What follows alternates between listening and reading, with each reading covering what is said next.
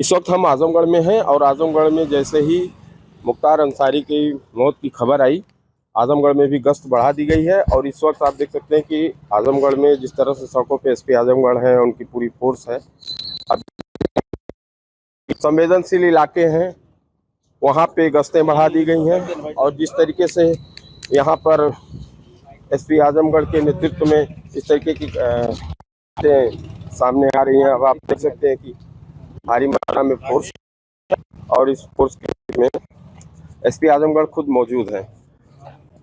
अचानक गश्तें बढ़ा दी गई हैं सर, और किस तरीके की तैयारी आप कर रहे हैं? त्योहारों का समय है और चुनाव को लेकर भी अलर्टनेस है, तो हम लोग अलग अलग टाइम पे अलग अलग क्षेत्रों में, संवेदनशील क्षेत्रों में गश्त करते हैं। तो आज उसी को दृष्टिगत रखते हुए यहाँ भी गश्त की जा रही है। और इसके साथ साथ मीडिया सेल जो हमारी है, जो 8 लोगों की एक टीम है, उसको भी लगातार मॉनिटरिंग करने के लिए लगाया गया है। कोई भी किसी प्रकार की अफवाह न फैलाए, इस चीज़ को लेकर हम लोग बहुत ही सतर्क हैं।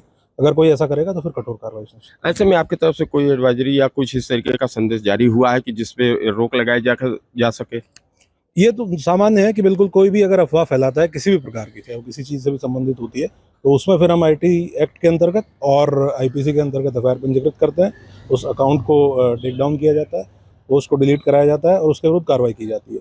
तो इसको लेके एक सामान्य अलर्टनेस सभी को जारी की गई है। और त्योहारों को दृष्टिगत रखते हुए भी आचार संहिता भी लागू है। तो सभी जितने मिश्रित आबादी के क्षेत्र हैं, वहाँ पे पुलिस के द्वारा वर्तमान में पेट्रोलिंग की जा रही है। जैसा कि 4 जिलों में आपके 4 जिलों में जिस तरीके से हाई अलर्ट जारी किया गया, आजमगढ़ भी उसे छूता नहीं, तो आजमगढ़ में किस तरीके की और तैयारियां हैं? हम लोगों के ऑलरेडी जितने भी संवेदनशील पॉइंट्स हैं वो ऑलरेडी चिन्हित हैं पूरे जनपद में।